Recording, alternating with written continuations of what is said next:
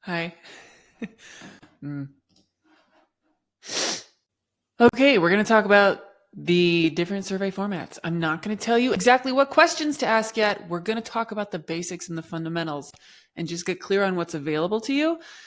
And then we're going to get into the next lessons. I'm going to tell you exactly what questions to ask. But for right now, we're going to get your head straight with surveys, how to think about them, how to approach them, and how to get your head straight so that you know what's available to you and what to use. And at the end of this lesson, you'll just have a much better understanding of some buzzwords that you've probably heard and how to use them. So to kick things off, let's just say that this is my literal own phrasing. Employee surveys are a workplace love language between the people and the leadership. Embrace the negativity with gratitude. It's worth it. So this is like poking a joke at that really great book called The 5 Love Languages, which has a picture of a beach on the front. If you've ever been in a trying marriage or relationship, you've likely read that book because two people can have different ways of communicating. And that book teaches you that some people receive information differently and they like to show and give and receive love in lots of different ways. Surveys are the love language. It's kind of like, in my opinion, one of the only choices for employees and leadership to be on the same page and to have like a healthy organization that's growing and people are engaged. So leaders show that they care about employees by sending surveys and asking what's wrong and what's getting in the way of doing your best work so we can fix it. And employees show they love the organization by staying and driving revenue and improving your offering and working at the company for a long time. So it's a two-way relationship, and surveys are how you get there, okay? The negativity and the hot, angry dumpster fire of answers, the tangled mess of feedback that you get, that's a good thing. That means your workforce still has hope and wants to work there, and they want to talk to you, and that's way, way, way better than, no participation or fake happy answers, and then people quit. So in the negative feedback, the way for you to think about it, like, oh, good, we have a workforce that wants to talk to us, which is a good thing. Also, the answers to revenue and what's going to drive engagement are like in these responses from them. It's the answers to the revenue and disengagement test. Okay. So it's a good thing. You should be excited when you have negative survey results. It's a puzzle waiting to be solved. And it's kind of an easy one to crack because they're literally telling you how they want to be treated, which is cool. But, a lot of organizations, they don't send employee surveys, which is like flying a plane with no windshield. And as you can see, these people on this plane are not too thrilled about being on a plane. Maybe they're on a commercial plane. I know some planes can fly without windshields. A friend of mine, I sent them this slide and they were like, some planes, Christy, can fly without windshields. And I was like, well, let's pretend that they're not supposed to in this example. A lot of executives will gatekeep your ability to send surveys, which is why I created a script. I'll put it in the notes of this section. There's the comments and there's always like the notes underneath this video. I have a script because this is ridiculous. There's no way you can grow your business. There's no way for you to get people to stay or if your company's profitable right now, or if it is growing, it's not scalable. And there's a strong chance that the company is pushing people too hard in certain ways, or there's gaps in the employee experience. And like, you're just not going to fly a plane with no windshield and like make it to your destination with like no damage or trauma or stress if you make it at all. You know what I mean? So you also can't do your job in internal comms or HR or people ops without having an ongoing conversation with your people. Every organization is different. And although the questions to ask in these surveys have been deeply, deeply researched, the way that you're going to solve for it is unique, which is why someone else's Cinderella story of what's worked for them won't necessarily work for you. But just if you're working with an executive who will not let you send surveys, they likely have a lack mentality or they have a deep, deep fear of failure. And they don't want to know why all the employees hate them. Even though they act like they don't care, they totally care. They're very insecure. So I've created a script for you to have the conversation in a way that will make sense to them, which is like bringing up revenue and and talking about productivity and how profitable that is, and how surveys like really are a great business driver and really important for you guys to be doing. So I know sometimes it's silly to have to explain to executives the basics, but when you say it in terms that they care about, you'll have a lot of luck. So check out that template. If you need to have a conversation with an executive, it'll be a little less scary and you'll be a lot more prepared. Okay, next slide. Sorry, my face is so big. I don't know how to make it smaller. Surveying's a must because some of this data and some of these slides are from an old webinar I did when I worked for an HR tech company. But the data shows, I'll link this out to this report, when an employee doesn't feel listened to, 76% of them will look for another job. This is every organization, whether you have frontline employees or you are a tech company and have knowledge workers. Employees have things to say and they want to feel validated and seen and heard, just like any real relationship, you know? You don't want to be in a relationship where the other person doesn't ask how you are and how they can be a better partner to you. Some of us have been in those relationships for a long time. So I know you know what I mean. And I know you know what I mean when I say healthy friendships, healthy relationships are based on like radically honest feedback and like being able to share your feelings and like learn and grow together. Why won't my slides advance? Okay, here's a very boring slide, but the content is legit. Surveys will uncover not just like crummy, like the employees they're so like negative, spoiled. They want ice cream in the freezer. They want, no, actually it's going to uncover maybe some of that. Sometimes people want silly stuff, but hidden morale issues, like you got a brilliant jerk, you got someone on the team that's not pulling their weight, but also it might turn out that the manager's not equipped and like someone's falling behind and wasn't set up for success. It's going to reveal a disconnect between whatever there is between managers and leadership, managers and their like employees, like the workforce, leadership and the employees or the workforce, leadership and management. It's going to show you how information isn't disseminated the way you think it is. You think things are being told very clearly. You can't understand why people won't do certain things or take action, but it's going to show you like a lot of people aren't being given the information or they're not understanding it. And lastly, it's going to show you everything in between, which is like training and development needs, which a lot of managers, I've told you this, 70% of disengagement is caused by managers. A lot of them have never received training and they don't know how to manage. They don't have soft skills. They're traumatizing their team. Either they're too empathetic or they're micromanaging or they're kind of scary. They're unorganized. They're chaotic. I've had all those managers. I've also had good managers. I've also been that manager and then read all the self-help books I possibly could and then became a much, much more equipped manager. But I did that on my own time. And you can't always bank on managers going above and beyond like that or having the time or knowing what books to read. Some example moments you would never know about.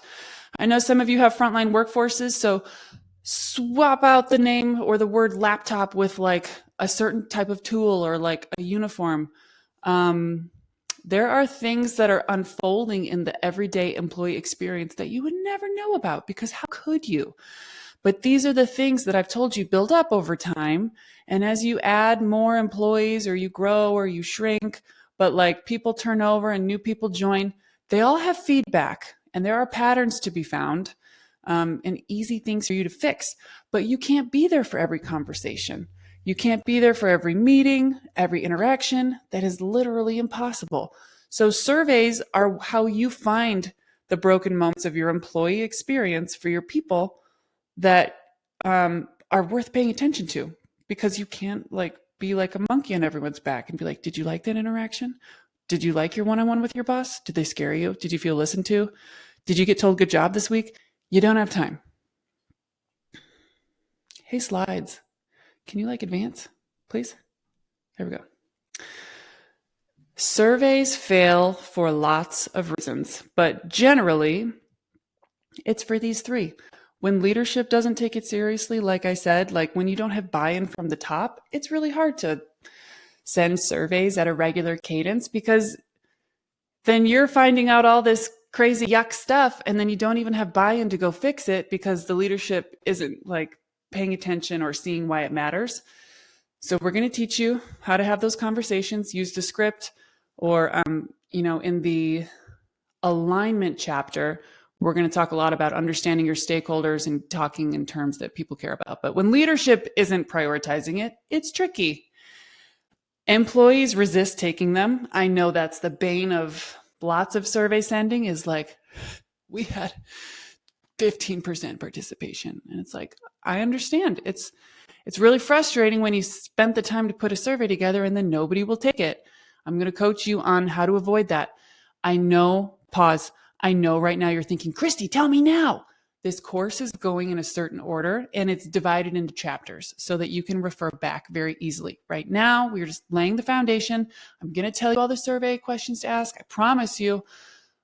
But I need to make it easily referenceable for you instead of recording a 4-hour-long video that like you can't go back and look at when you're ready, when it's time to send the survey. So just trust me, okay? Stay with me. And the last reason surveys fail is because you in HR or people ops or internal comms, you're doing a lot of other stuff. So it's not always easy for you to completely pause all the fires that you're putting out every day and all the projects and be like, let me go asking for trouble and find out why everybody's upset, assuming I'll even have the time to go fix it, which we'll teach you in the feedback loop chapter, which is like 4 chapters ahead. We're going to teach you how to set aside time and how to tell people what you're doing so that you don't get fired. Let's talk about specifically why employees resist, because this is the good like empathy exercise. I know it's frustrating when you're like, just take the dang survey. But in my personal experience, nothing typically happens after the survey closes for the very reasons I just outlined. Like you're really busy, and when you don't have buy-in, there's not always something to report on. It's not always clear until I teach you how to use AI to go faster in your qualitative responses. It's not always clear to you what to work on and like what to prioritize. So it's like, let's just do nothing. So employees in the past have been burned by other organizations or maybe yours, and that's okay because you're going to do better. You're going to own it and we're going to fix it. But employees just know like there's nothing in it for them. Like there's no reward. They haven't seen organizations own up to like fixing anything in the past. Another reason they're afraid, and this has happened to me personally, is they're afraid of retaliation. I was once fired at an organization where I was like, this manager is not treating me well, not treating others well. And I have personally like witnessed certain instances that were maybe a little racist and everyone was uncomfortable. And since you're sending a survey, here you go. We were told it was anonymous and then a bunch of people got fired. So that stunk. That one happened to me. All of these have happened to me personally. But a lot of people in my most popular TikTok videos, if you look, if you want to see my other shadow side, I have at Corporate Christy on TikTok. Those are always my most popular TikTok videos with like 4 million views. It's like employees saying, I got fired because I took this survey that they asked me to take and I was honest. And we've seen that, we've heard it, or it's happened to us, and it's like not worth it. So yeah, that's a big reason to resist, right? And then lastly, we don't feel like leadership will understand. And here's just a quick story. I had an executive where we said we didn't want the snack boxes. Like people were saying they were wasteful. There was this snack box subscription. And a lot of people were like, I don't really use it. I don't like the snacks. Like, thanks. But like, we're good. Like, you don't have to send these anymore. And he in the all hands was like, how ungrateful are all of you? And it just like wasn't the point. It was actually a way for the company to save money. And it was like a misunderstanding of again, executives have a fear of failure. They're so insecure. So like they'll get confused at the feedback and find any way to say like, what's wrong with all of you? Because they feel like the survey is us saying what's wrong with you, but really it's just us saying, help, we need these things, or we need access to this, or we need this to change. It's just a two-way conversation. But leadership often like You get the patronizing pat on the head, like, oh, you think your manager is not equipped. Like, thanks for telling us. It's like, no, it's actually a big deal.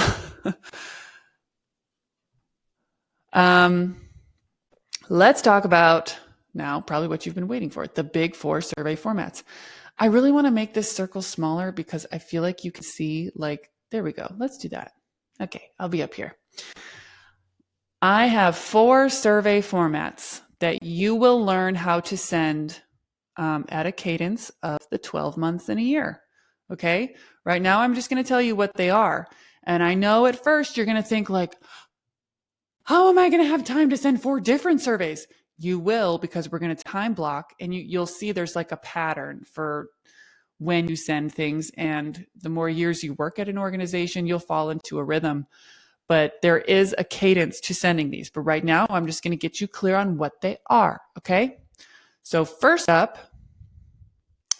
is the eNPS survey. This stands for Employee Net Promoter Score. This is the next lesson where I'm going to tell you a lot more. But it's basically for measuring and benchmarking employee sentiment. That's just like, are you good? Are you good? Are you good? And it gives you an ability to graph and show leadership. Hey, employees are not doing too hot. Something's not right. So it won't tell you exactly what's wrong, but you need that historical data to show leaders and be like, engagement is slipping. We need to send different surveys to find out why, or, we know we need to focus on these things from the last survey, whatever. But eNPS is just one question, and it's just over time mapping. How is everybody? How is everybody? How is everybody? Okay. The question is basically like, would you recommend this company as a place to work to friends and family? There's a similar concept called NPS, which is used for customers. So maybe your company sends out an NPS score, Net Promoter Score, which is gauging for your customers. Would you recommend this company? Would you recommend our services to others? It's basically just like a very generic way of like saying, do you like us? Is this working for you? Are you happy? So I hate the acronym. I hate what it's called. I get it, but I wish I could just like kibosh all of this and just make up my own names for stuff, but I'm not that internet famous as a thought leader yet, so I can't. But right now it's called eNPS, okay? Oh, my metaphor. This is like a workshopping metaphor, okay? It's like a tape measure. You're not going to build furniture with just a tape measure, but you need it to be like accurate, okay? And like marking things properly so that you can cut them later. We'll get to the cutting. You need to be sending a manager survey. Again, we're going to talk about cadence, but 70% of disengagement is caused by our boss, okay? This is a list of open-ended questions that's trying to figure out, like, is the manager organized? Are they running meetings? Are they like properly? Do people know what's expected of them? Do they have clarity in their role? Do they feel like they have a path to grow? A lot of this has to do with the manager. And it's not that the manager's bad. Again, it's going to show you where you have training opportunities to fill in some gaps of how the managers are showing up. So this is like your drill. Okay. Then your pulse survey, which people love to say like, oh, it's like keeping a heartbeat on the organization. No, it's not. That's eNPS. Get it? Like eNPS is the one that's charting over time, generally how everyone's doing. A pulse survey, hate the name, is a shorter, quick 1-2 punch couple questions that dig into deeper issues found on either your manager survey or your engagement survey. That's your big kahuna. Okay. But your pulse survey is questions that you create based on really bad issues that you found over in this section, okay? This is how you prove to executives something's not right and you map it to revenue. I'll show you how to map this data with like your revenue metrics and your customer churn and your turnover and be like, see, things are trending down. Weird, huh? Let's invest in the employee experience and it will start to go up because all these things are related. But you'll notice I gave the manager and the engagement survey higher power tool power because these are like this is how you're going to do a lot of positive damage and like build some really cool stuff and where you're going to get the most information. Your engagement survey is research-based, like deep. Gallup has already figured this out. And I see a lot of companies make up their engagement survey questions and they're redundant and they wander. And it's not your fault because you're trying to figure out all the ways that stuff can be wrong. But sometimes I look at companies who send out their survey questions and it's like 58 questions and they're worded kind of confusing. And even me as an outsider, I'm like, oh yeah, you would have lost me like 12 questions in. Gallup has already figured out what 12 questions to ask that cover basically your entire employee experience. And it maps to the employee hierarchy of needs I'll show you. So don't make up your questions for the engagement survey. This has already been figured out for you. But it's how you capture, like, overall, where are the major gaps in what it's like to work here? And from those results, that's usually the most feisty, angry survey you'll get, but that's a good thing. And that's how you base your HR roadmap off of, like, what to prioritize and not have to ask so many questions and then figure out what it all means yourself. And going through the data yourself, you basically ask 12 questions. They map to the 12 hierarchy of needs. It's kind of like super simple how Gallup has done this. And then you start at the bottom of the pyramid and you work your way up. I'm getting ahead of myself, but your engagement survey is just, I really want to drive this home. That is not a place where you need to riff and make it up. And it's okay if you have, no one's really trained on this. That's why I'm trying to teach you here. Okay. Single Mom Christie's trying to, like, pull it together enough to help you have this information, because I'm just shocked that lots of other HR certifications don't teach this in this way. So these are your 4 survey formats. Okay.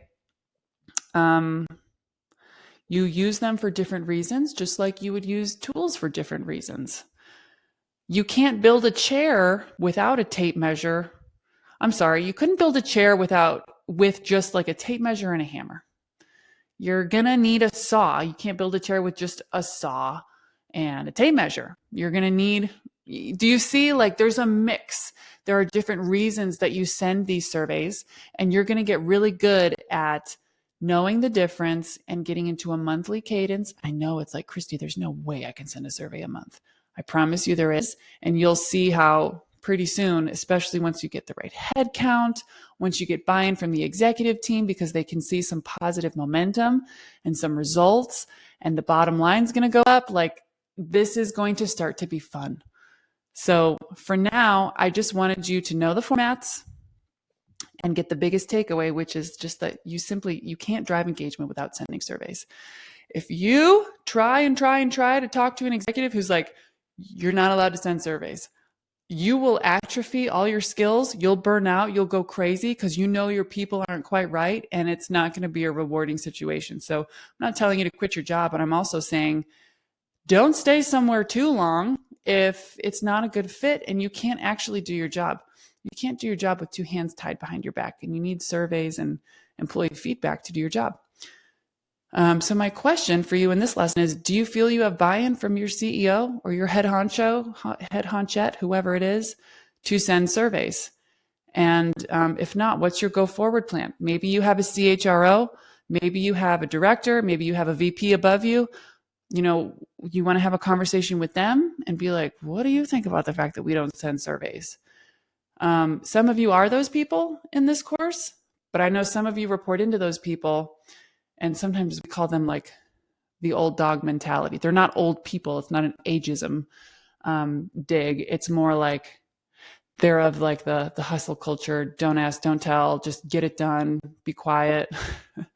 So sometimes you have to change your own boss's mind to even then get to talk to and change the mind of your CEO. So I just want you to know that you're not crazy and you're perfectly capable of having those conversations.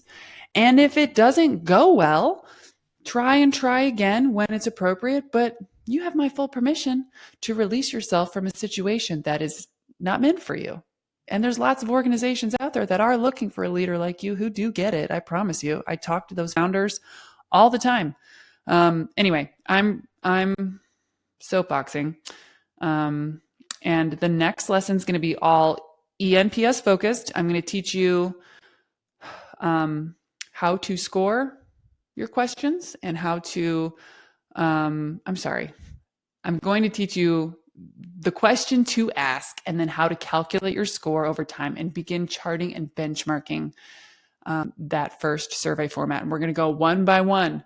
After that, I'm going to teach you the engagement survey questions. I'm going to teach you the examples of pulse survey questions and how you use those to dig deeper into other issues.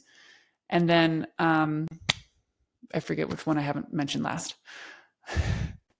Okay, you guys know I've told you I'm like an Italian from the Midwest, so I just take a long time to wrap it up. So goodbye. I care about you guys a lot. I'll see you in the next lesson.